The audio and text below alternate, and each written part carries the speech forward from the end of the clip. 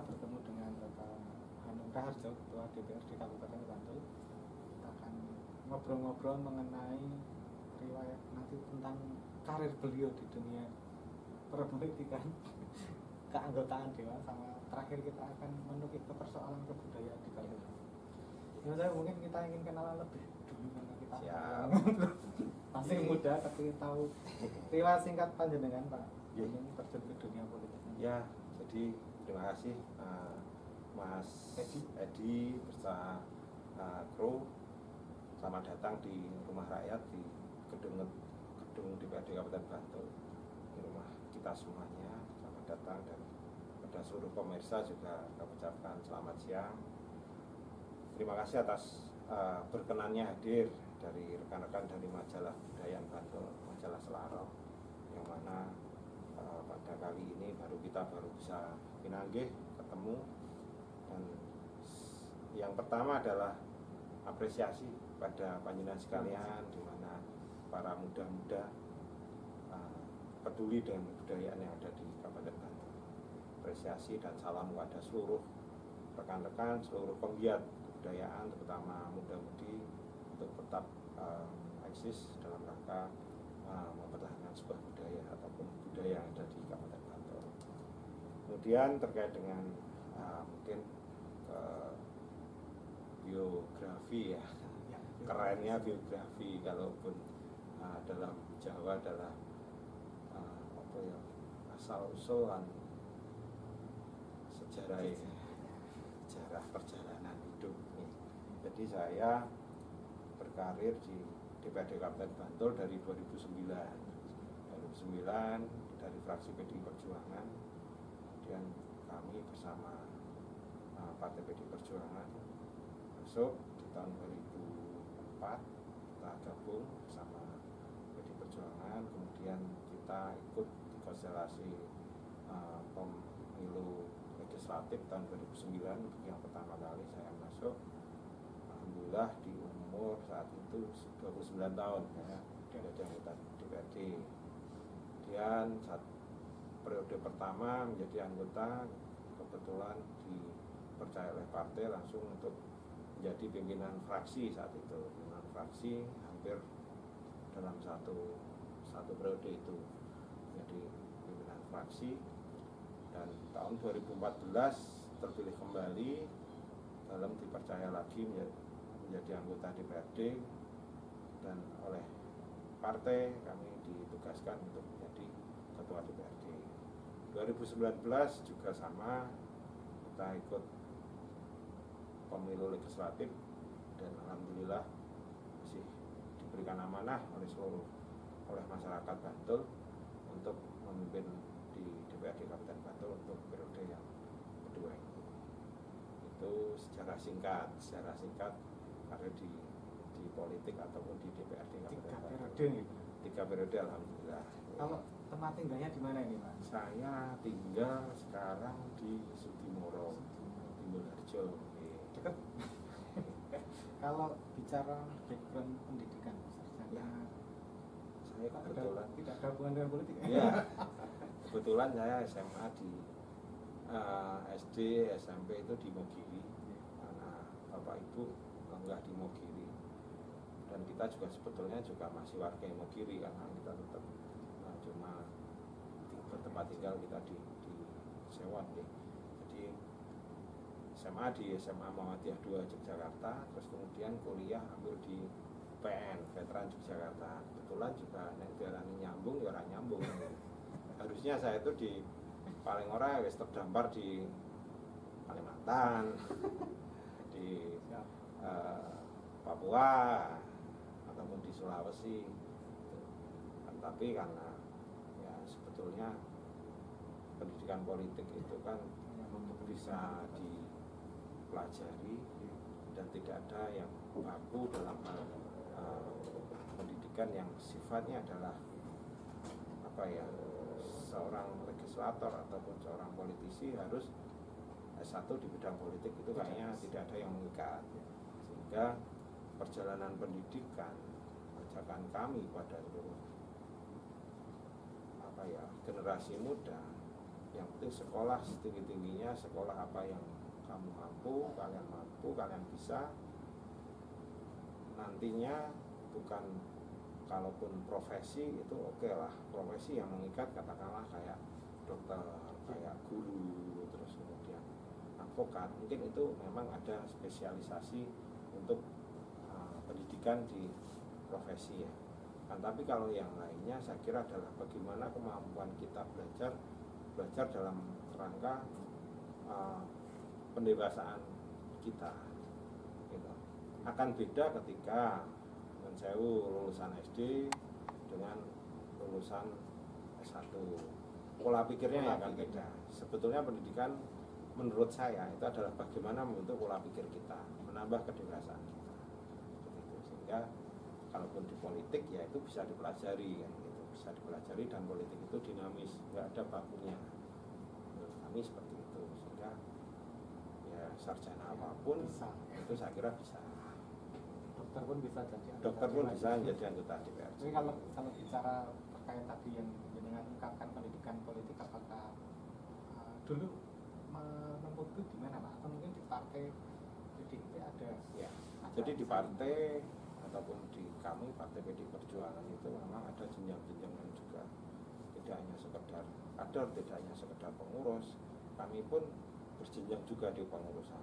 Awali dari anak ranting, pengurus anak cabang, pengurus cabang, pengurus daerah, maupun nantinya pengurus DPP atau di DPP ya. Ada semacam pelatihan atau Ya, pendidikan khusus? jadi di PD Perjuangan ada. Jadi kita ada pendidikan pratama, pendidikan madya, pendidikan madya utama, pratama, madya utama. Jadi ada penjenjangan. Sehingga gemblengan dari sini pun kita jalan terus. Kemudian kami pun juga sama. Saya mengalami pendidikan yang langsung dari Dewan Pimpinan Pusat juga mengalami juga ya. Jadi sebagai saat itu sebagai ketua bidang pemenangan itu seluruh wakil ketua bidang pemenangan itu wajib sekolah di Jakarta. Kemudian saya jadi sekretaris partai saat ini, itu juga ada pendidikan sekretaris partai di Jakarta juga. Kalau Kemudian posisi di partai berarti sekretaris di sekretaris di kabupaten cabang. Kemudian jadi ketua DPRD ataupun pimpinan DPRD itu juga kita mendapatkan pendidikan lagi, dan pendidikannya ya jauh tidak terus sekedar mesahke enggak, tapi benar-benar saya merasakan bahwa itu sangat berarti bagi saya. Saya merasa junior dalam hal umur, dalam hal masuk di partai, saya merasakan junior. Akan tapi saya merasakan jadi rasa saya di partai ini sangat tinggi. Karena apa ya? Karena pendidikan ini memang ditanamkan pada kami. Masuk ke saat kerja di DPRD Bantul, kita ingin mengenal sebenarnya fungsinya atau apa yang dikerjakan oleh DPRD Bantul. Ya, DPRD itu memiliki ketugasan 3 fungsi ya. Fungsi pertama adalah fungsi legislasi, pembuatan aturan dalam hal ini perda. Kemudian fungsi budgeting, ini bersama pemerintah daerah menganggarkan APBD di tingkat kabupaten ya, APBD. Terus kemudian fungsi pengawasan, mengawasi jalannya pemerintahan. Itu sebenarnya 3 fungsi itu yang utamanya adalah itu. Sehingga ya tugas kita disebutkan dengan anggaran di akhir tahun ini biasanya ada anggaran beban, ada murni buat tahun berikutnya. Terus nanti di awal tahun sampai dengan pertengahan tahun itu biasanya disebutkan dengan fungsi pengawasan. Walaupun tetap semua jalan ya. Hari ini teman-teman pada pengawasan, ada yang cek lokasi karena bencanaan, ada cek lokasi karena kegiatan pariwisata dan sebagainya, sesuai dengan pembidangannya di masing-masing komisi. Ada berapa komisi? Ada 4 komisi, komisi A, B, C, D. Kalau selama pandemi itu terus kemudian Ya. apa ya?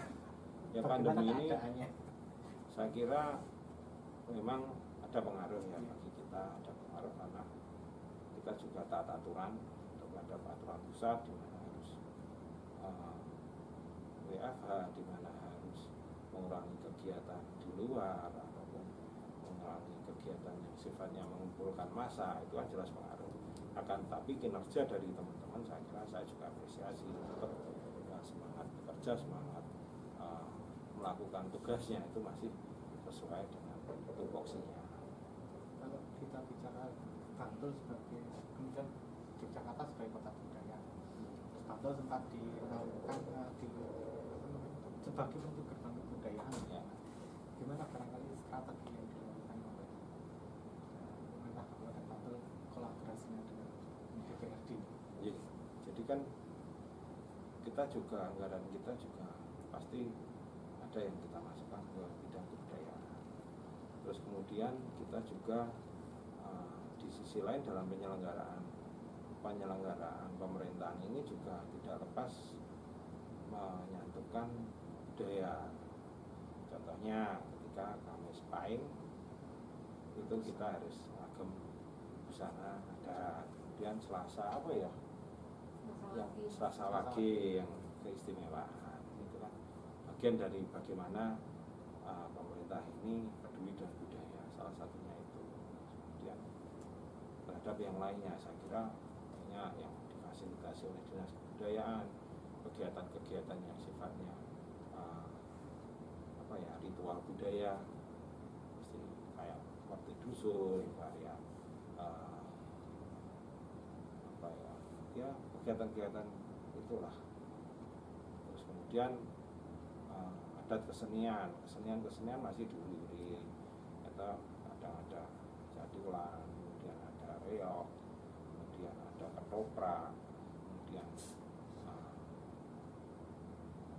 pendidikan kerawit, ada budaya kerawitan, rawit dan sebagainya, itu kan tetap jalan harus dikembangkan. Kalau bicara ciri kebudayaan yang paling unggul di Bantul, barangkali Bantul ada apa ya, idealismenya khusus untuk mau kita angkat ke depan. Kalaupun diangkat ke depan, ya jelas kulturnya Bantul kan masih, menurut kami ya, menurut saya itu kan budaya Mataram, budaya Kesultanan Yogyakarta, itu yang tidak lepas dari itu. Mungkin kalau kita berbicara Mataram kuno ataupun Hindu Jawa, itu kan sudah mulai luntur ya. Adatnya kan beralih di mana terakhir adanya kerajaan ini ada Kesultanan Yogyakarta, Yogyakarta Hadiningrat. Ya itu yang mungkin menjadi pakemnya sekarang. Apa yang akan kita unggulkan ya itu dari situ. Karena ketika kita membuat sebuah budaya itu prosesnya panjang. Nah, arep duwe ide Bantul dan duwe ciri khas dhewe, saya kira juga perlu proses yang dengan waktunya. Pasti ada kolaborasi, kalau enggak tercipta pure murni. Ya itu pasti dulu ada zaman Mataram ataupun zaman Kesultanan, itu pasti ada dan masih ada sampai sekarang. Itu yang menarik kemudian ketika kita bicara Bantul, ternyata potensi sejarahnya banyak. Ya, dari wetan sampai kulon itu ada semua. Kayaknya hampir setiap desa, kecamatan ada yang kemudian basic sejarah, baik yang cagar budaya maupun budaya. Ya, tangible. Dari situ kalau mau mas budaya ataupun sejarah tentang budaya di Bantul nggak kurang lah. Ya. Artinya kemudian potensi sejarahnya bisa menjadi ciri khas juga ya dalam kita membangun jadi daya manusia, bangun SDM, bangun sebuah kultur budaya. Di situ budaya bisa menciptakan sebuah kegotong royongan, bisa budaya menciptakan ketertiban, bisa budaya menciptakan sebuah kesejahteraan, bisa berawal dari budaya. Contoh misalnya di daerah paling ujung timur ada namanya dusun Dodokan, itu di situ ada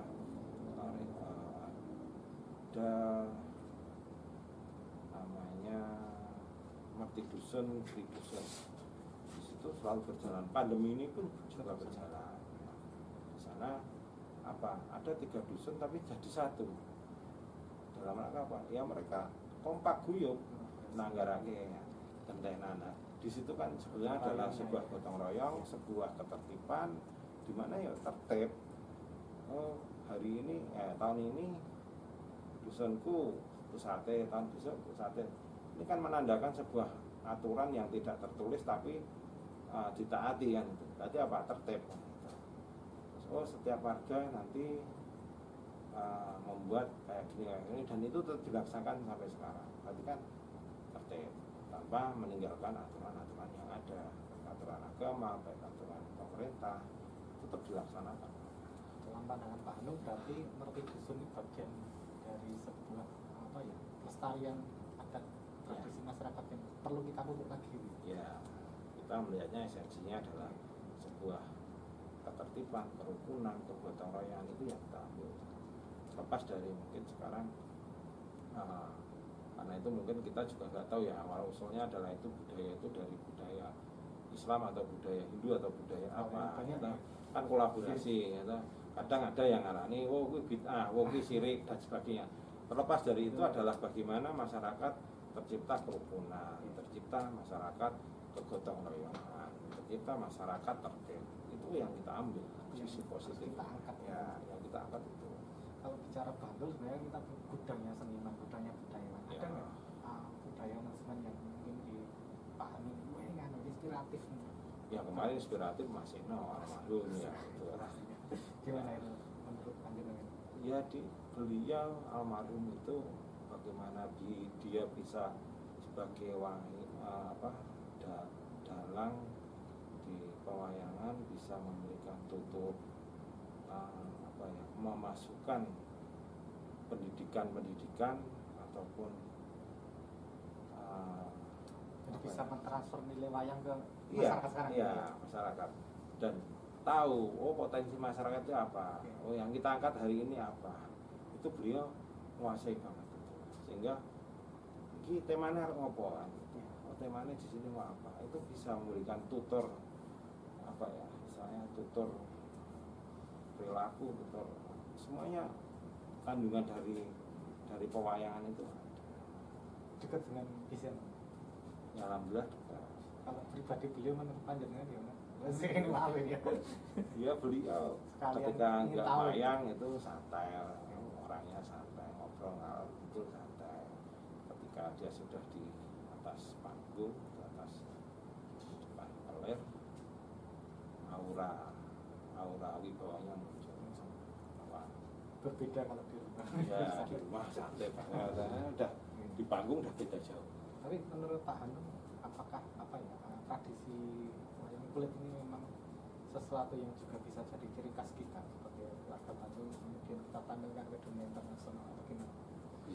Bisa luar biasa sampai nasional ya? Ya nasional, internasional udah Jepang. Terus di Bantul sendiri kan ada paguyuban dalang pepadi, anggotanya juga banyak.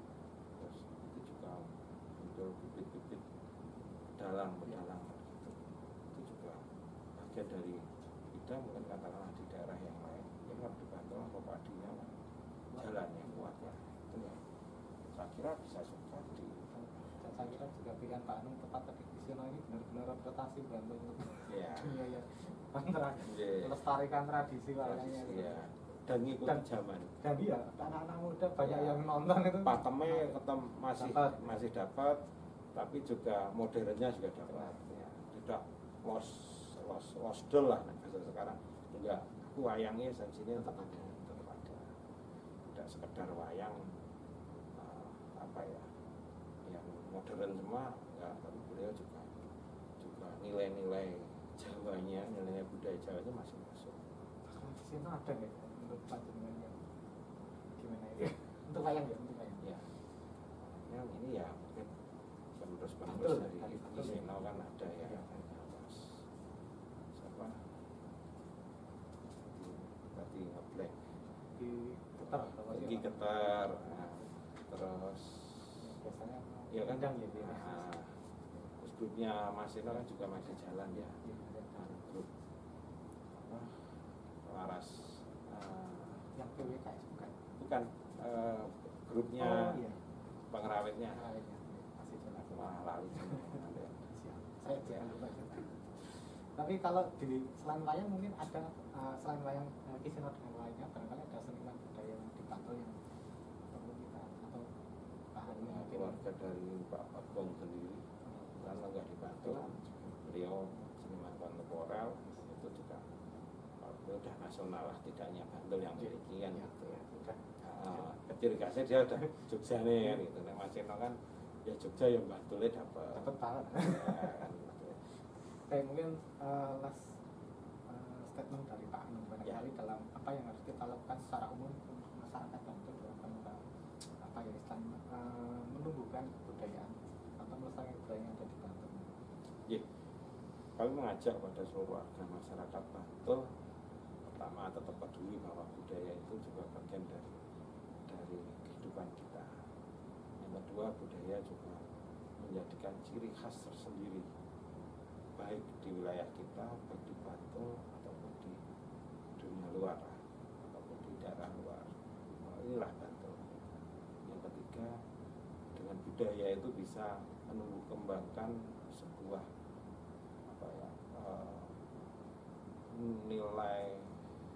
nilai seseorang ataupun nilai jiwa seseorang, karakter seseorang itu nantinya bisa tumbuh juga, sehingga dengan karakter budaya kita nanti dapat beda. Kalau budaya luar masuk orang nganggu toto, orang nganggu aturan, ya itu Caranya teknologi informatika gimana? urusan. Oke, siap. Harus ada filter khusus ya Bu. Ya harus ada filter khusus. Baik, terima kasih waktunya Pak Terima Anung kasih. untuk obrolan kita siang Ya. hari ini. Mohon maaf mengganggu Sama-sama. aktivitasnya. Ya, enggak apa-apa, matur nuwun sekali ini udah kerja rawuh di sini. Terima kasih juga majalah Selarong. Pajaknya Monggo besok di edisi selanjutnya. Ya. Boleh mengucapkan untuk selarongnya. ya pada segenap apa ya, redaksi kami apresiasi ini bisa di apa ya, istilahnya memberikan potret sejarah Bantul, memberikan potret budaya di Bantul, apresiasi, dan monggo pada dinikmati baik lewat majalah cetak maupun lewat link YouTube ya, YouTube-nya subscribe. Linknya apa? Belum. Belum linknya. Ya, monggo nanti Terima di kasih. subscribe di sini ya. Terima kasih ya Mas. Saya juga untuk rawuh hadir kembali di kantor DPRD Bantul. Terima kasih semuanya.